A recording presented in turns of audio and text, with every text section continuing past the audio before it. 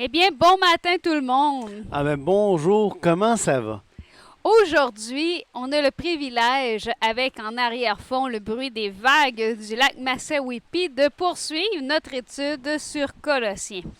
Pas seulement les vagues, mais la beauté du paysage, tout y est quoi. Donc, on va vous faire une petite visite là. Regardez si c'est pas magnifique. On a choisi la vue comme ça parce qu'il y a des nuages gris à l'horizon. Ça se pourrait qu'on se fasse prendre par la pluie avant la fin de ce petit épisode. Mais ici, on est à l'abri. Ouais. Donc, Colossiens, nous sommes rendus au chapitre 2. je dois avouer que j'ai pas pratiqué du tout ma mémorisation dans les 2 derniers jours. Je suis très triste. Il va falloir que je m'y remette. Ne t'en fais pas, Patrice, on va atteindre notre objectif. C'est bien. Commençons. Au dernier épisode, on a vu quelque chose d'extraordinaire. Le fait qu'on avait tout pleinement en Jésus-Christ, qui est le chef de toute domination et de toute autorité. Et on arrive à Colossiens 2:11. Est-ce que tu voudrais nous lire peut-être, je dirais, 11 à 15? D'accord. Et c'est en lui que vous avez été circoncis d'une circoncision que la main n'a pas faite, mais de la circoncision de Christ qui consiste dans le dépouillement du corps de la chair. Ayant été ensevelis avec lui par le baptême, vous êtes aussi ressuscités en lui et avec lui par la foi en la puissance de Dieu qui l'a ressuscité des morts. Vous qui étiez morts par vos offenses et par l'incirconcision de votre chair, il vous a rendus à la vie avec lui, en nous faisant grâce pour toutes nos offenses. Il a effacé l'acte dont les ordonnances nous condamnaient et qui subsistait contre nous, et il l'a détruit en le clouant à la croix. Il a dépouillé les dominations et les autorités et les a livrées publiquement en spectacle, en triomphant d'elles par la croix. Et c'est un magnifique texte qui nous parle de tout ce que la croix a eu comme impact sur nous en tant que croyants au moment où est-ce qu'on a dit oui par la foi à Jésus-Christ comme notre Sauveur. Et à ce moment-là, il s'est passé quelque chose d'extraordinaire, n'est-ce Vraiment, pas? absolument. On a été placé, quand on a accepté Jésus-Christ comme Sauveur, on a été placé en Jésus-Christ. Et là, tout ce qui est dorénavant vrai de lui est vrai de nous. Et c'est pour ça que la Bible va nous décrire comme étant co-héritiers avec Christ. C'est magnifique. Oui, c'est beau. Et vous savez, Patrice et moi, on croit à l'entièreté de la parole de Dieu, à la Bible, autant à l'Ancien Testament qu'au Nouveau Testament. Et certains textes du Nouveau Testament ne peuvent prendre leur sens que si on connaît l'Ancien Testament. Pratiquement, en tout cas, je me demande s'il y en a même un qui ne prend pas son sens à cause de l'Ancien Testament, mais... Jésus pleura. Ouais. Donc, si on commence Elle m'a eu.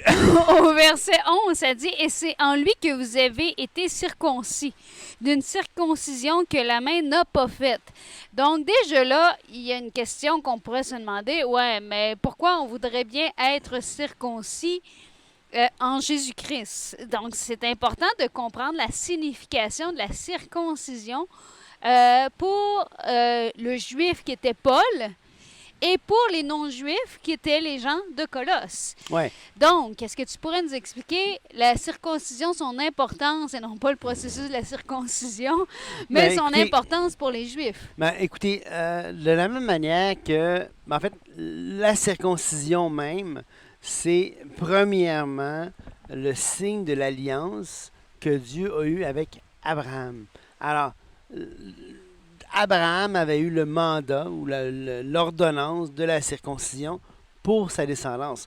Donc, les Juifs étant de la descendance d'Abraham doivent se faire circoncire. D'ailleurs, il y a un bel épisode au début du ministère de Moïse, là, quand il prend femme et tout ça.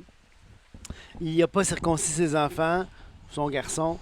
Et là, Dieu le reprend vivement à cause de ça.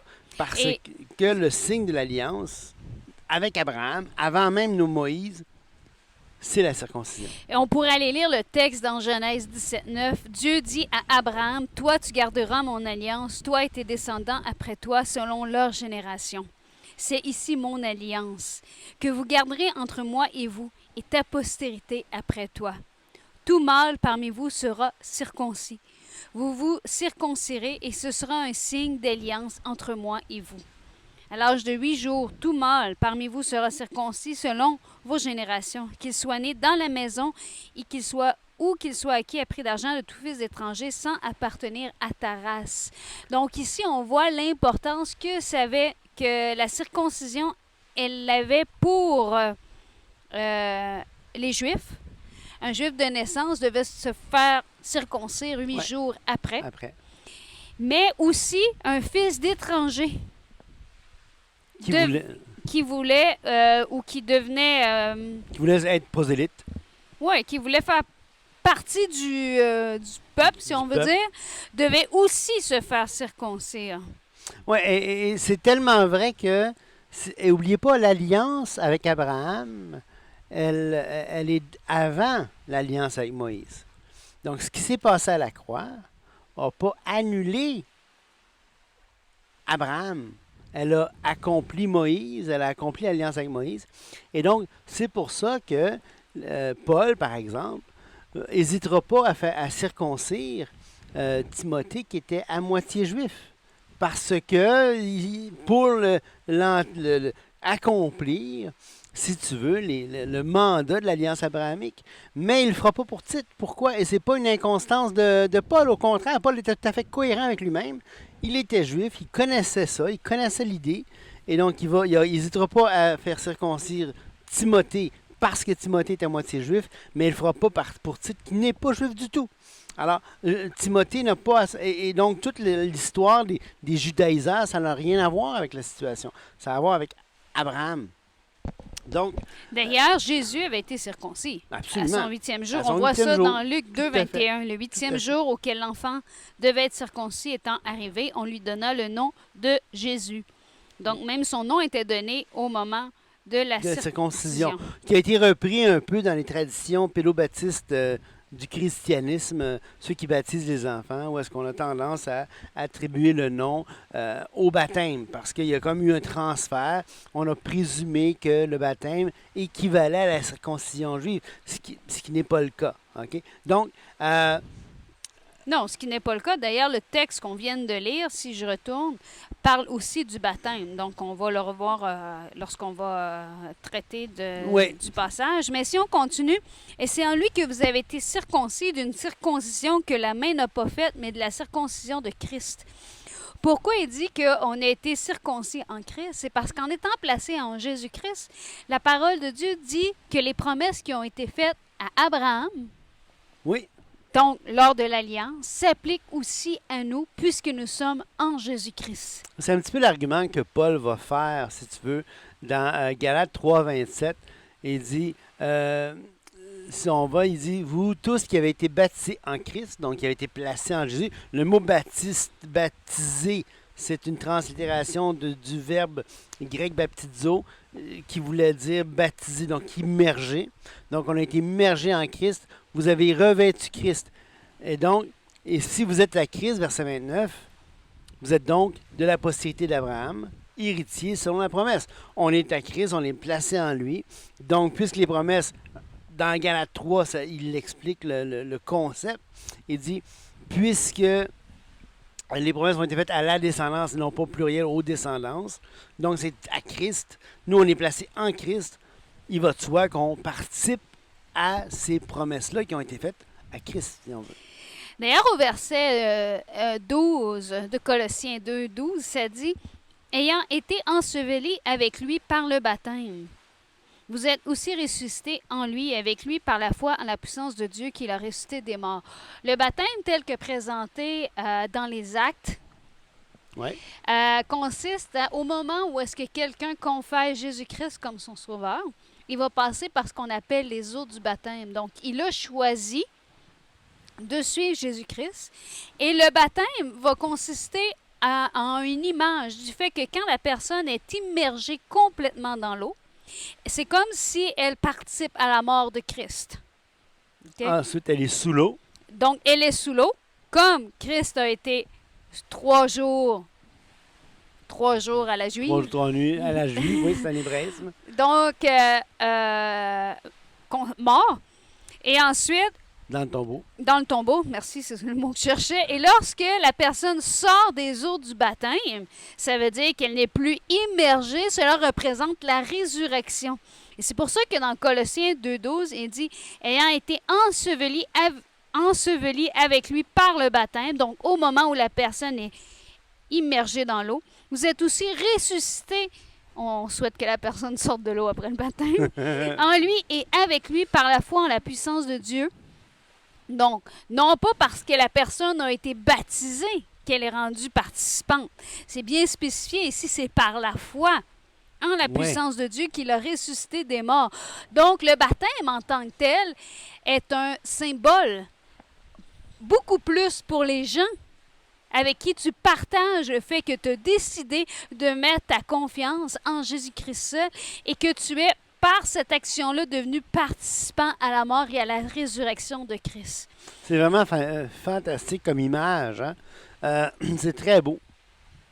Ensuite, il dit, verset 13, « Vous qui étiez morts par vos offenses et par l'incirconcision de votre chair, il vous a rendu à la vie avec lui, en nous faisant grâce pour toutes nos offenses. » Et donc, évidemment, je peux pas passer à côté. Mais juste avant, Oui, juste avant que tu passes pas à côté, j'aimerais qu'on revienne. On se rappelle qu'on avait déjà vu... attendez une petite seconde. Au verset de Colossiens 1, 21, « Vous qui étiez autrefois étrangers et ennemis par vos pensées et par vos mauvaises œuvres. » Et là, on a dans Colossiens 2,13, « Vous qui étiez morts par vos offenses et par l'incirconcision de votre chair. » Donc, il est vraiment en train de ramener encore une fois la raison de notre besoin de Dieu, notre besoin de Christ comme sauveur. Exactement. Vous étiez morts. Et, vas-y, tu peux nous parler, mort, ça veut dire... Séparation, ça ne veut pas dire annihilation. Écoutez, partout dans les Écritures qu'on voit cette définition, quand le mot mort est utilisé d'une manière métaphorique.